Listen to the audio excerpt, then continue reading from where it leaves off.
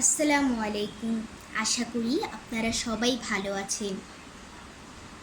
আমি সেই ছোট্ট অরণি। চিনতে পেরেছেন আমাকে?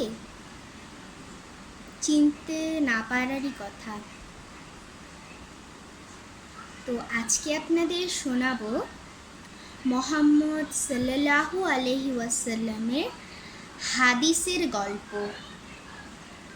লিখেছেন মাওলানা মুনিরুল ইসলাম। ইসলাম শিক্ষা ক্লাস।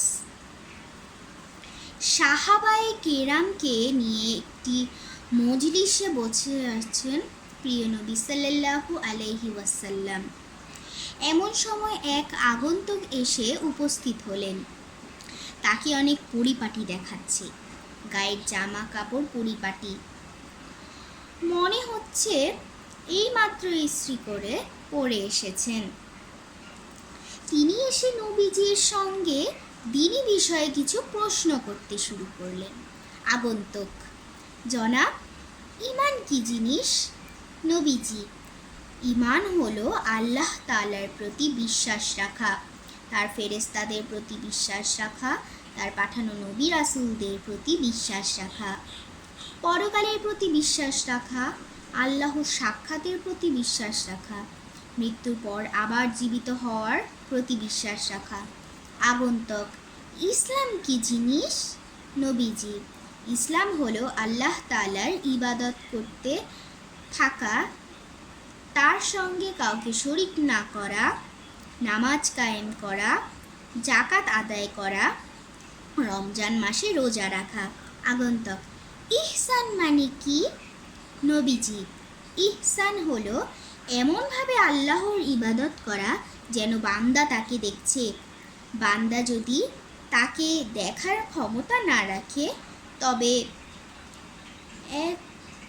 এই কথা বিশ্বাস রাখা যে আল্লাহ বান্দাকে দেখছেন।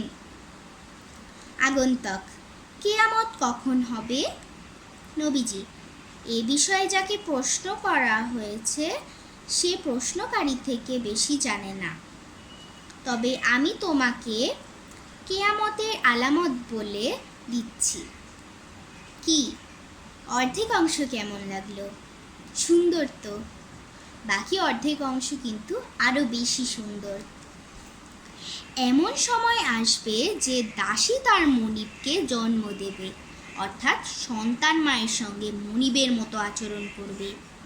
কালো উটের রাখালরা প্রাসাদ তৈরি করে একজন আরেকজনের সঙ্গে গর্ব করবে। 5টি বিষয়ে জ্ঞান একমাত্র আল্লাহ তাআলাই রাখেন। কিয়ামত ওই 5টির একটি। এরপর নবীজি ওই 5টি জ্ঞান সম্পর্কে একটি আয়াত পাঠ করে শোনালেন। আয়াতের অর্থ এমন: এক আল্লাহ তাআলার কাছে কিয়ামতের জ্ঞান রয়েছে। 2, তিনি বৃষ্টি বর্ষণ করে থাকেন। 3, মায়ের পেটে ছেলে নাকি মেয়ে আছেন তিনিই জানেন। 4, কোনো জীব আগামীকাল কি আয় রোজগার করবে, কি খাবে তিনিই জানেন। 5, কোথায় কার মৃত্যু হবে সে জানে না, আল্লাহ তাআলাই ভালো জানেন। আলোচনা শেষ করে লোকটি যাওয়ার জন্য বেরিয়ে গেলেন। নবীজি সাহাবীদেরকে বললেন, তোমরা লোকটিকে নিয়ে এসো। কিন্তু সাহাবীরা বের হয়ে লোকটিকে আর দেখতে পেলেন না।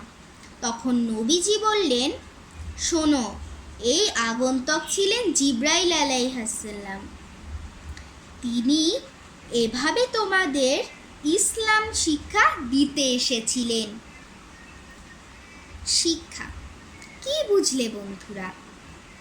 এখান থেকে আমরা শিখলাম নিজে নিজে বই পড়েই ইসলাম শেখা যায় না, সেজন্য ভালো উস্তাদের কাছে যেতে হয়, তবেই সহিশুদ্ধভাবে ইসলামের জ্ঞান অর্জন করা যায়। কেমন লাগলো গল্পটি? আশা করি খুব ভালো লেগেছে। দেখা হবে পরের ভিডিওতে। সেই পর্যন্ত ভালো থাকবেন। আল্লাহ হাফেজ।